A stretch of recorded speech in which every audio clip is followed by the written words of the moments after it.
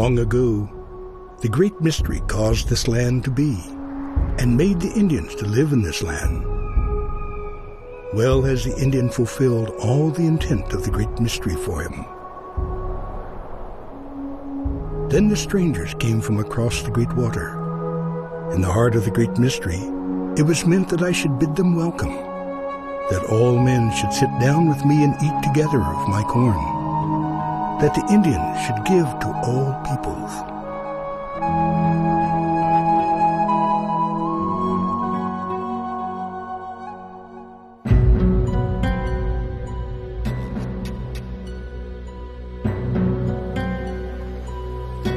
In March 1524, a strange ship appears off the Carolina coast. After sailing more than 1,200 leagues, there appeared a new land, which had never been seen before by any man, either ancient or modern. At first, it appeared to be rather low-lying, yet, having approached within a quarter of a league, we realized it was inhabited, for fires had been built on the seashore. The people are dark in color, with thick black hair, big black eyes, and an attentive and open look. The men are well proportioned, a little taller than we are. They are not very strong, but they have a sharp cunning and are swift runners. Giovanni da Verrazzano. Verrazzano is a Florentine navigator, hired by the French to find a better trade route to the Far East. Having crossed the Atlantic, he makes landfall at Cape Fear, then sails north along the Outer Banks.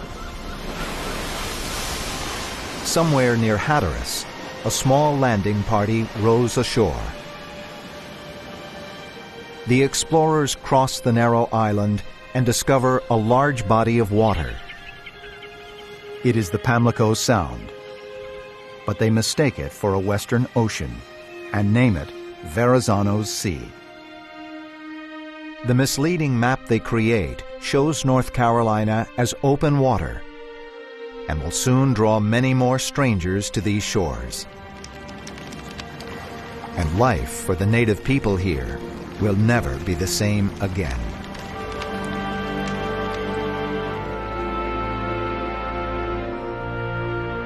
By the early 16th century, advances in shipbuilding and navigation have enabled Christian monarchs to expand their empires.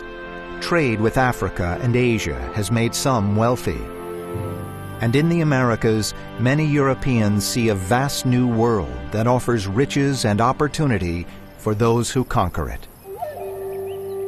But to the native people Verrazzano and others encounter beyond its shores, this land is anything but new. Sometimes in history we're taught that a place didn't exist until it was discovered, but native peoples, prior to the arrival of Europeans, knew their places intimately. They farmed land, they cleared forests, they created paths through land that was not wilderness to them, it wasn't unknown. It was places that they knew intimately. When European explorers first arrived in North America, there were so many things about native culture that seemed utterly different and inferior to European civilization. But when they got to know the Indians a little better, they took pains to say that the Native Americans showed signs of what they called civility. And that was important because if the Indians were really, really primitive, that would probably indicate that the land wasn't very good, because they believed there was a very close relationship between the environment and the kind of society on it.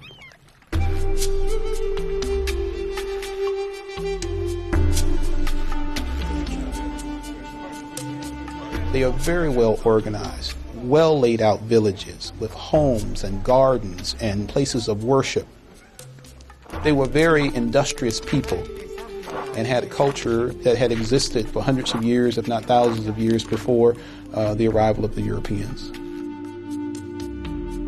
When Europeans first appear, a variety of native peoples live in towns and villages scattered throughout the region that will become North Carolina. Most dwell in farming communities built near rivers and streams, where water, fish, and fertile soil are abundant.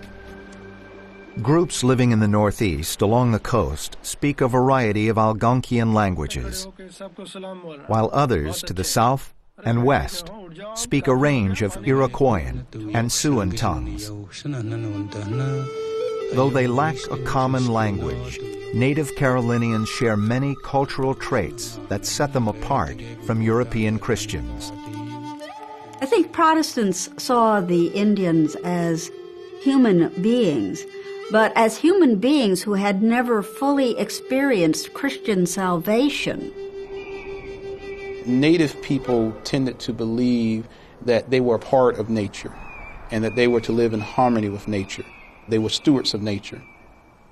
And the Europeans tended to believe, according to their Christian teachings, that God had given them dominion over the earth and everything in it.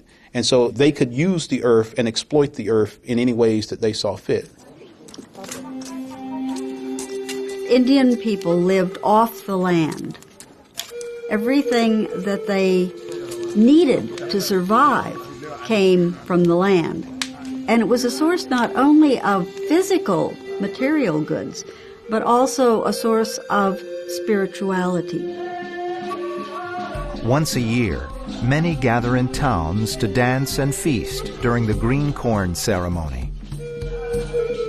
Held in late summer when the new corn could first be eaten, it celebrates the harvest and offers both spiritual and social renewal. During green corn, people who had offended people, gotten in quarrels with others, any kind of social disruption could be forgiven. People put out old fires and they kindled new fires. Then the women would carry the fires into their homes to rekindle the fires in their individual hearths. It is also a time to cleanse community buildings and individual family homes. And to maintain harmony with nature, any food left over from the preceding year is destroyed. You take what you need from the environment. You don't take unnecessarily. So the idea of building up surpluses, saving things for a rainy day, for instance, becomes unnecessary if you know that your balance with the environment is such that the environment is always going to provide what you need. Native societies had a somewhat different attitude about wealth accumulation than European societies. Natives typically believed that any wealth you accumulated was for the purpose of redistribution, that leaders in particular accumulated great amounts of food or precious stones or minerals because that wealth could then be given away to members of the society that needed it. They basically provided for their people. They would not let someone go hungry. They would not let someone go without clothes.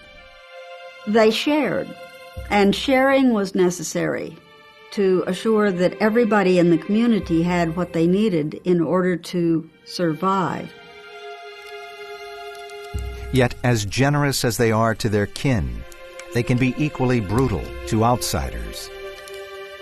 Indian society was based on consent within the community. They could be very permissive, and sometimes the harshest punishment they had was ostracism for people who broke the rules. But for people outside their community, Indians could be quite hostile. And tribes fought violent wars against each other. Tribes took captives from one another, and depending on the circumstances, they could adopt the captives into their own tribe. They could use the captives as slaves, or they could torture the captives to death in revenge for people that they had lost in the last war. But with the arrival of Europeans, the war for survival for those who were first on the land will take on a new dimension. Soon, Spanish soldiers will march into North Carolina's interior, bringing with them unknown weapons and disease. And a culture that values community needs over individual desires will face its greatest threat.